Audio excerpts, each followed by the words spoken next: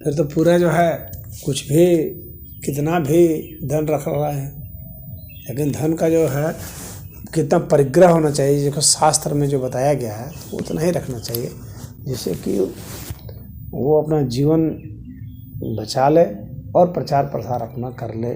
जो धर्म का करना चाहता है तो, नहीं करना चाहता है तब तक फिर उसको और की भी कम ज़रूरत है। और बाकी तो संत को बहुत ज़्यादा कुछ रखने की ऐसी आवश्यकता है नहीं। और कुछ लोग सोना चांदी हीरा मोती सब लगाए हुए हैं, पहने रत्नों का भंडार रखे हुए हैं, वो पहने हुए हैं। उनकी क्या आवश्यकता है, गर्मी से पूछी जाए, इनकी क्या आवश्यकता है बताइए, तो क्या बता पाएंगे, क्या बताते हैं? क्यों तो रजनीश तो ही कहते थे कि स्वर्ण के प्रति आकर्षण इसलिए कि सबसे ज़्यादा प्राण ऊर्जा इससे मिलती, इसलिए राजा महाराजा इसको पहनते थे। नहीं, वो बात तो अपनी जगह पर है कि भाई सोना जो होता है उसमें वो शक्ति होती है, उसमें विद्युत संचार सबसे अच्छा होता है, प्लैटिनम में भी होता है बहुत तेज।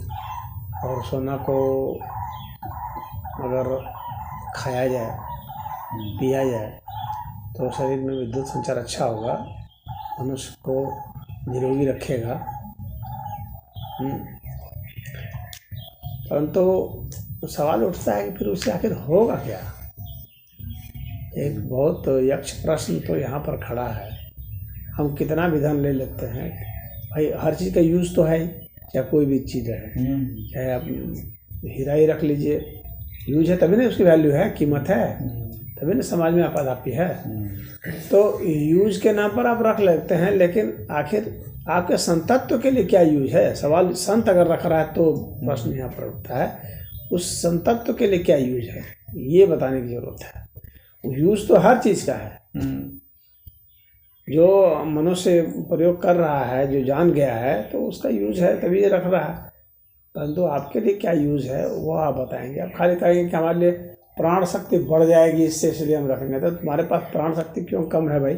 संत के पास तो सबसे प्राण शक्ति अधिक होती है, क्योंकि पूरे ब्रह्मांड की जो है प्राण ऊर्जा जो है वो उसको संचारित हो रहा है उसमें।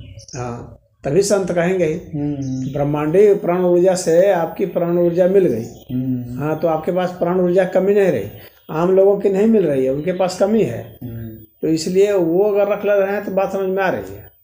आप क्यों रख रहे हैं? इसका मतलब है कि आपकी ब्रह्मांडीय ऊर्जा अभी वैसे नहीं हो पाई है, एक आकार आप उससे नहीं हो पाए,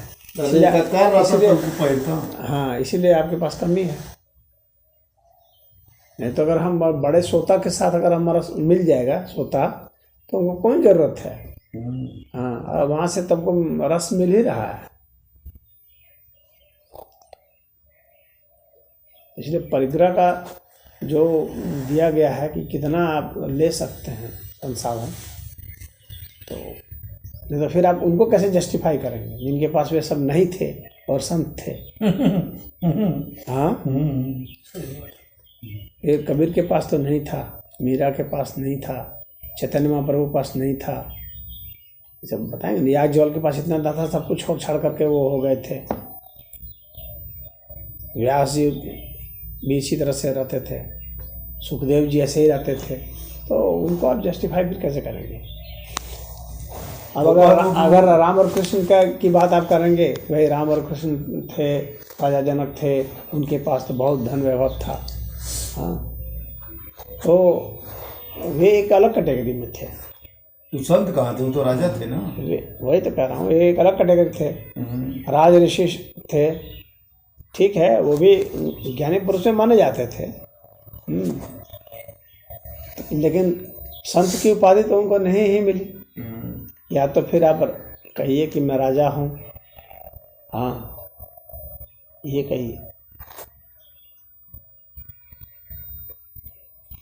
और उसके लिए राजा जनक भी या भगवान कृष्ण और राम ने भी कहीं नहीं कहा है कि इसके सोना की उपयोगिता है इसके लिए, आध्यात्मिक ज्ञान के लिए, कहीं नहीं कहा है इस बात को।